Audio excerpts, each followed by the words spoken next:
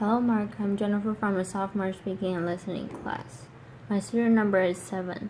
Today I will be reading How We Can Eat Our Landscapes by Warhurst. The will to live life directly can start in some of the most unusual places. This is where I come from, Todmorden. It's a market town in the north of England. 15,000 people between Leeds and Manchester. Fairly normal market town.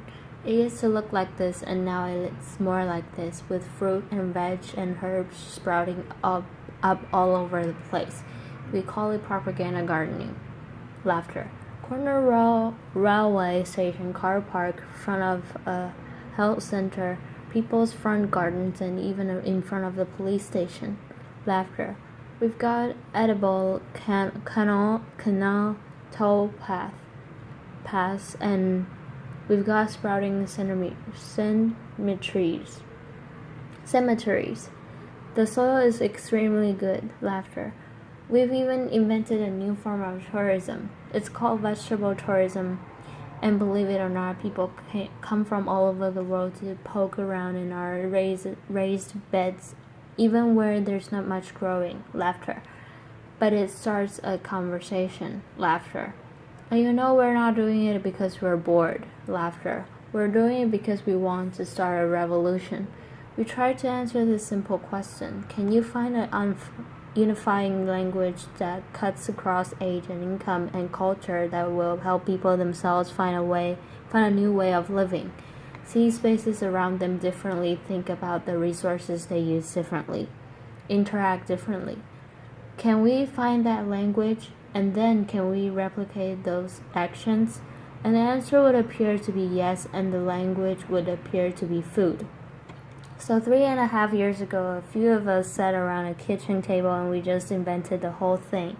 Laughter. Applause.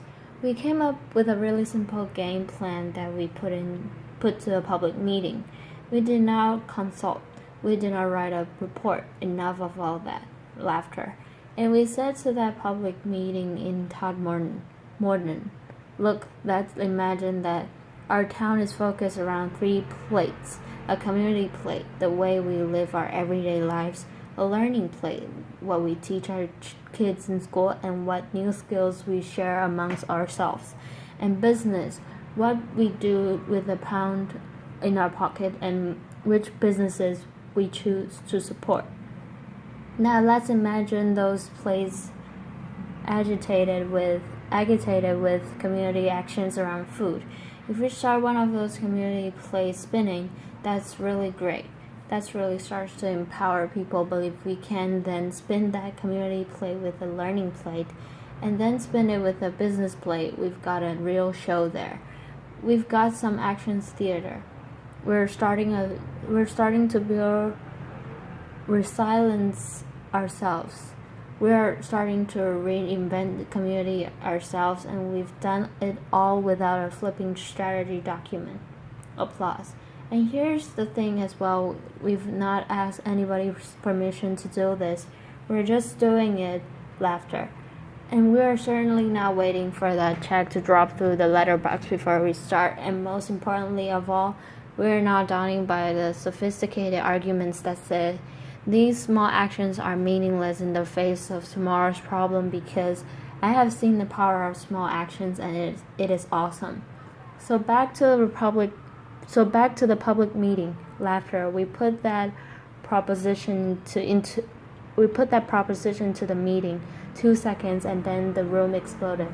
I have never ever experienced anything like that in my life, and it's been the same in every single room. In every town that we've ever told our story, people are ready and respond to the story of food. They want positive actions they can engage in, and in their bones they know it's time to take personal responsibility and invest in more kindness to each other and to the environment. And since we had that meeting 3.5 years ago, it's been a heck of a roller coaster. We started with a seed swap, really simple stuff, and then we took an area of land, a strip on the side of our main road, which was a long toilet basically, and we turned it into a really lovely herb garden. We took the corner of the car park in the station that you saw and we made vegetable beds for everybody to share and pick from themselves. We went to the doctors. We've just had a £6 million health center built in Todmorden, and for some reason that I cannot comprehend, it has been surrounded by prickly plants. Laughter. So we went to the doctors, said, "Would you mind us taking them up?" They said, "Absolutely fine, provided you get planning permission and you do it in Latin and you do it in triplicate." So we did. Laughter. And now there are fruit trees and bushes and herbs and vegetables around that doctor's surgery. And there's been lots of other examples, like the corn that was in front of the police station and the old people's home that we've planted it with food that they can pick and grow. But it isn't just about growing, because we all are part of this jigsaw. It's about taking those artistic people in your community and doing some fabulous designs in those raised beds to explain to people what's growing there. Because there are so many people that don't really recognize a vegetable unless it's in a bag of plastic with a bit of an instruction packet on the top. Laughter. So we have some people who design these things. If it looks like this, please don't pick it. But if it looks like this, help yourself. This is about sharing and investing in kindness. And for those people that don't want to do either of those things, maybe they can cook, so we pick them seasonally and then we go on the street or in the pub or in the church wherever people are living their lives. This is about us going to the people and saying we are all part of the local food jigsaw. We are all part of a solution. And then because we know we've got vegetable tourists and we love them to bits and they're absolutely fantastic, we thought what could we do to give them an even better experience. So we invented, without asking of course, the incredible edible green root. And this is a root of exhibition gardens, an edible topaz, and bee-friendly sites and the history and the story of pollinators.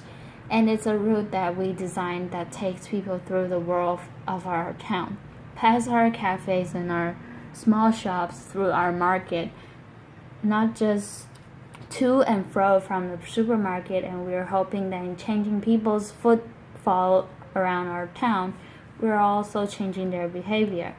And then there's a second plate, the learning plate. Well, we're in partnership with a high school.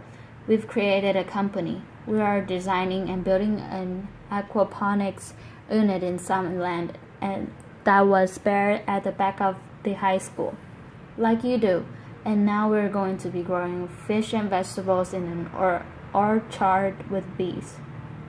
And the kids are helping us build that, and the kids are on the board.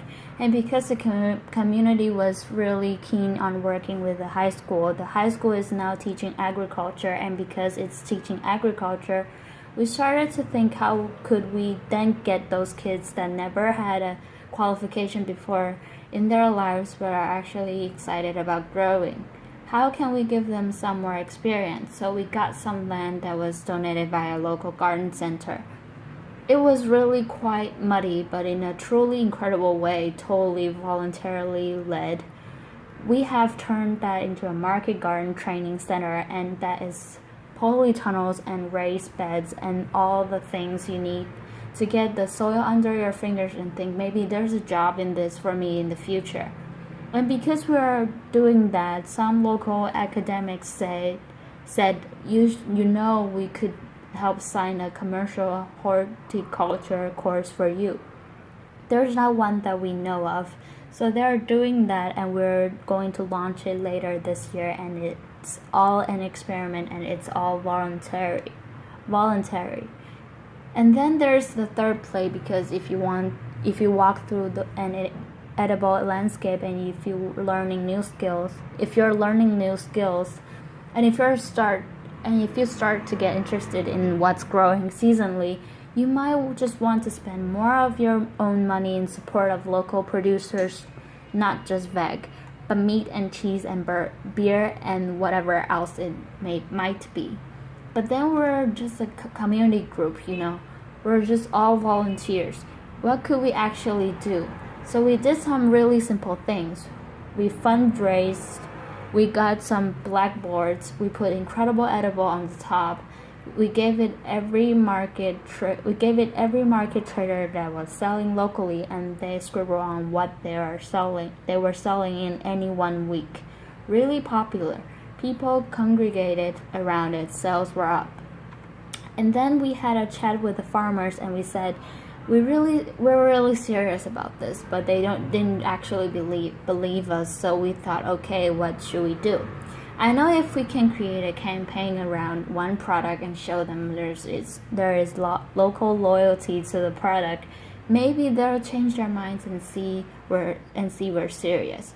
So we launched a campaign because it just amuses me, called Every Egg Matters Laughter. And what we did was we put people on our egg map. It's a stylized map of Togmorden.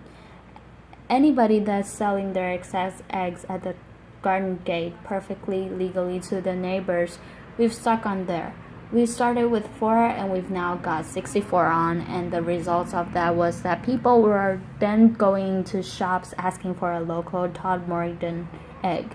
And the result of that was some farmers upped the amount of flocks they got of free-range birds, and then they went on to meat birds.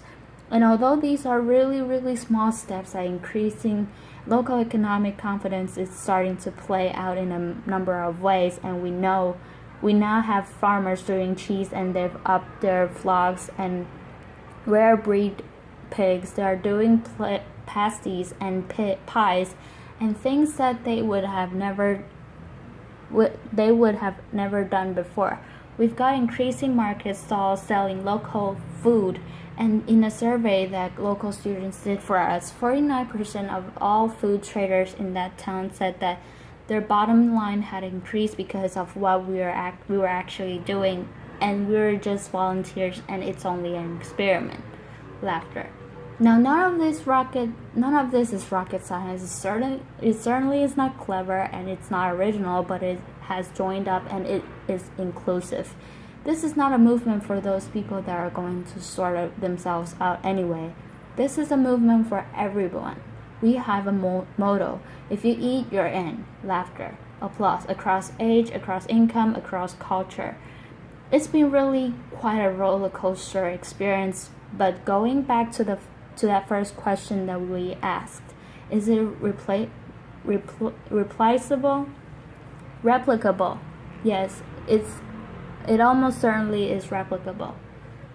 More than 30 towns in England now are spinning the incredible edible plate, whichever way they want to do it of their own volition. They're trying to make their own lives differently, and worldwide we've got communities across America and Japan. It's incredible, isn't it? I mean, America and Japan and New Zealand. People after the earthquake in New Zealand visited us in order to incorporate some of this public spiritedness around local growing into the heart of Christchurch. And none of this takes more money, and none of this demands on bureaucracy, but it does demand that you think things differently, and you are prepared to bend budgets and work programs in order to create that supportive framework that communities can bounce off. And there is some great ideas already in our patch. Our local authority has decided to make everywhere incredible edible, and in support of that have decided to do 2 things. First, they are going to create an asset register of spare land that they've got, put it in a food bank so that communities can use that wherever they live, and they're going to underpin that with a license.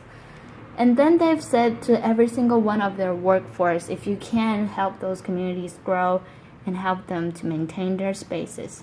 Suddenly, we're seeing actions on the ground from local government. We're seeing these mainstreams where we are responding creatively at last to what Rio demanded of us, and there's lots more you could do. I mean, just to list a few.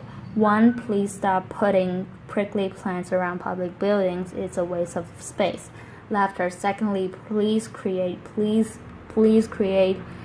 edible landscapes so that our children start to walk past their food day in, day out on our high streets, in our parks, wherever that might be. Inspire local planners to put the food sites at the heart of the town and the city plan, not relegate them to the edges of the settlements that nobody can see. Encourage all our schools to take this seriously. This isn't a second-class exercise. If we want to inspire the farmers of tomorrow, then please let us say to every school, create a sense of purpose around the importance to the environment, local food, and soils. Put that at the heart of your school culture and you will create a different generation. There are so many things you can do, but ultimately this is about something really simple. Through an organic process, through an increasing recognition of the power of small actions, we're starting at last to believe in ourselves again and to believe in our capacity, each and every one of us, to build a different and a kinder future. And in my book, that's incredible. Thank you. Applause. Applause. Thank you very much. Applause.